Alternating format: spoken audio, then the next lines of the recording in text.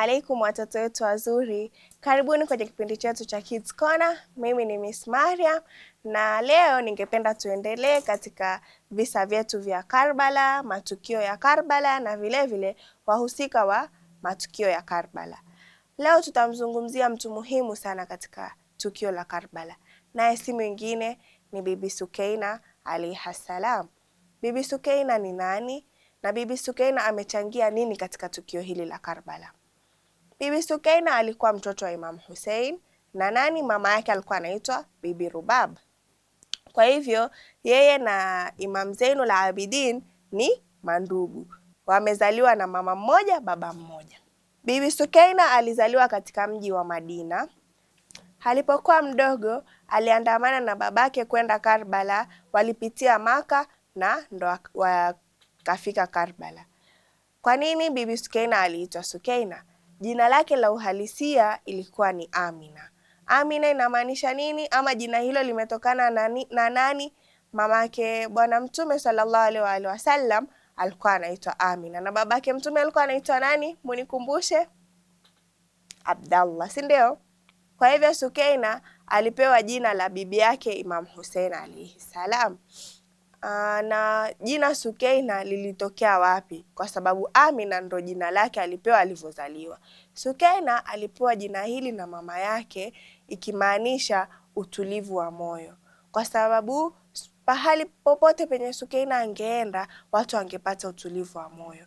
Babake pia alisema hivyo kwamba Sukeina alileta amani ndani ya nyumba. Sukeina alikulia kwenye nyumba iliyojengwa na maadili, kusoma Qur'an kwa wingi, uchaji Mungu na vile elimu.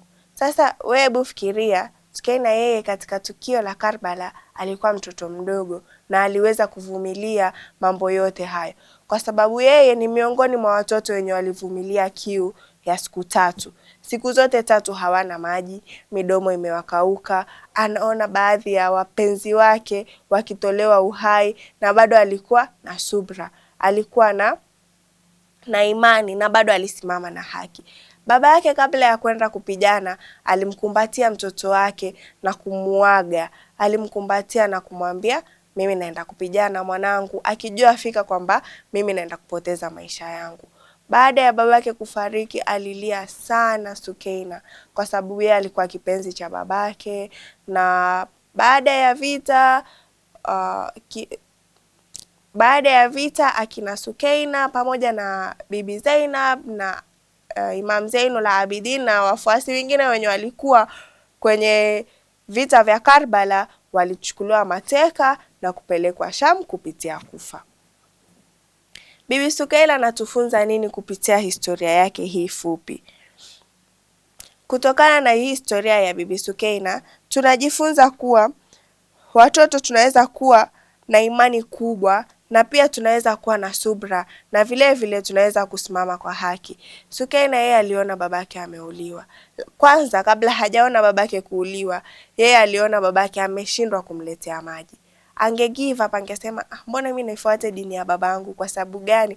Babangu mwenyewe anaogopa hawa madhalimu, ama babangu mbona siungane mkono na madhalimu, si tungekuwa tumpata maji? Kwa sababu wale madhalimu walikuwa wameambiwa hawa kina Imam Hussein wakisalimu amri watakuwa na amani, lakini wote waliamua wasimame na haki na wakasacrifice baadhi ya maisha yao, na vile walikosa maji, kawa hawana chakula, midomo imewakauka, njaa, kila kitu.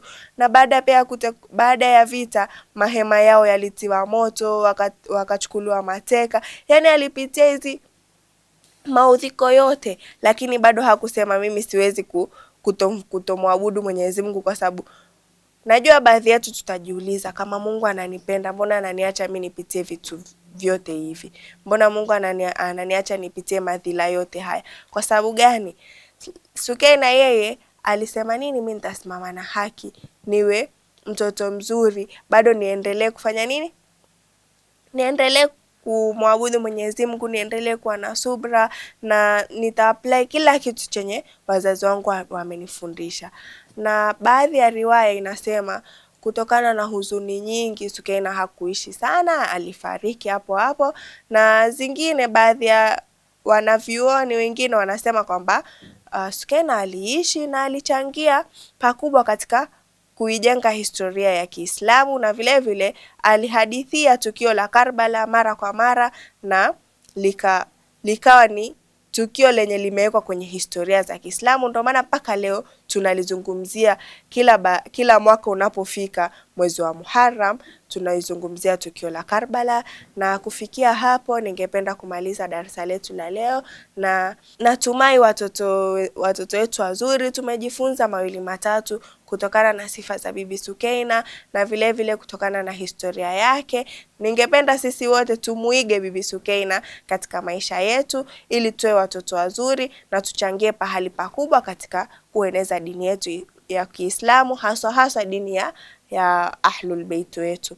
Na ningependa kumalizia kipindi chetu cha leo. Maasalam.